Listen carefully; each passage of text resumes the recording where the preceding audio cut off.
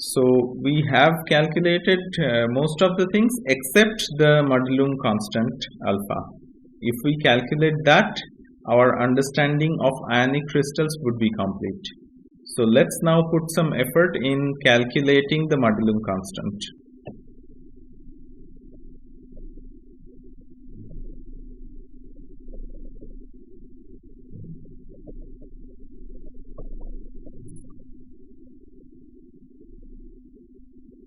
The first calculation of the Coulomb energy constant alpha that was made by modulum, and a powerful general method for the lattice sum was developed by Ewald.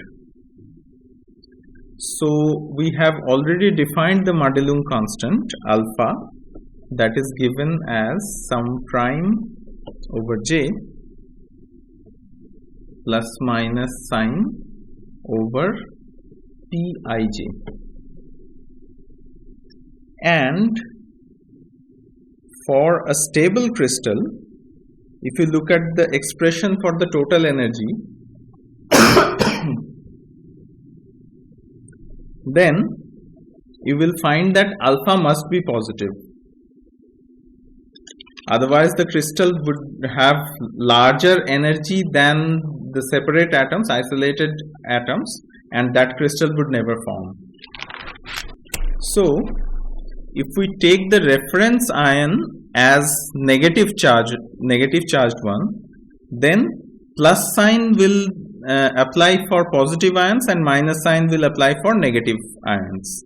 And with that we can write, and so just an equivalent definition of this modulum constant can be written as alpha over R equals sum prime j plus minus over Rij, which is just the same, where sorry, it's not Rij,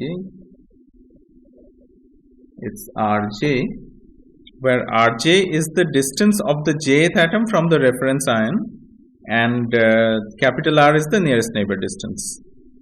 The value given for alpha will depend on whether it is defined in terms of the nearest neighbor distance or the lattice constant or some other relevant parameter.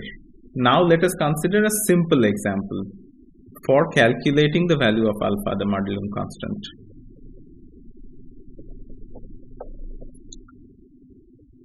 So we consider an infinite linear one-dimensional chain of ions where, say, this one is positive, the nearest neighbor is negative, the next one is positive, next one is negative, and so on.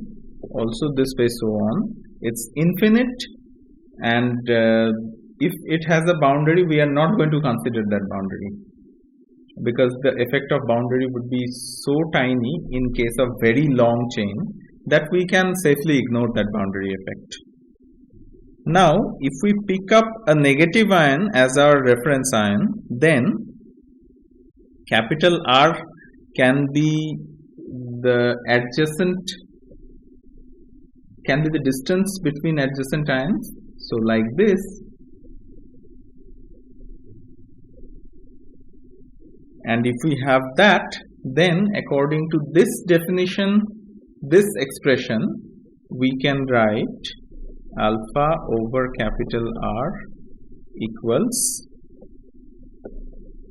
2 times 1 over R minus 1 over twice R plus 1 over thrice R minus 1 over 4 times R plus, and so on, which means alpha can be expressed as 2 times 1 minus 1 over 2 plus 1 over 3 minus 1 over 4, and so on.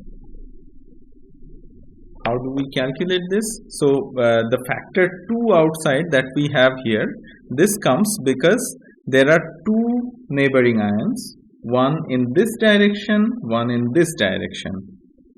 at equal distance, and this is not the case at the boundary. Anyway, we are ignoring the boundary, so we don't mind about that.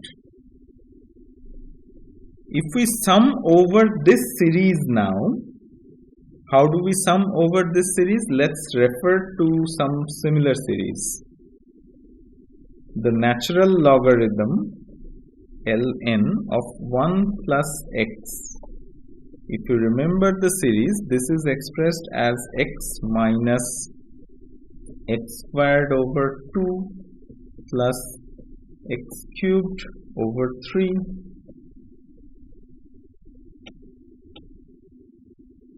minus x power 4 over 4 and so on.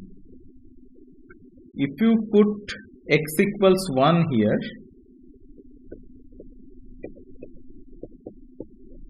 then you will obtain exactly this series here.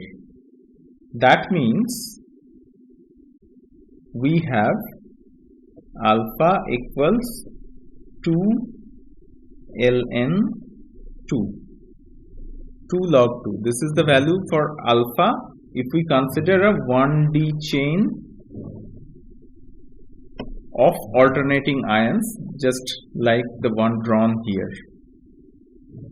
But this cannot be extended to 3-dimension or 2-dimension because the things would become a lot more complicated. You won't find this kind of a reference series to sum it this way, and making the sum converge will also become very difficult.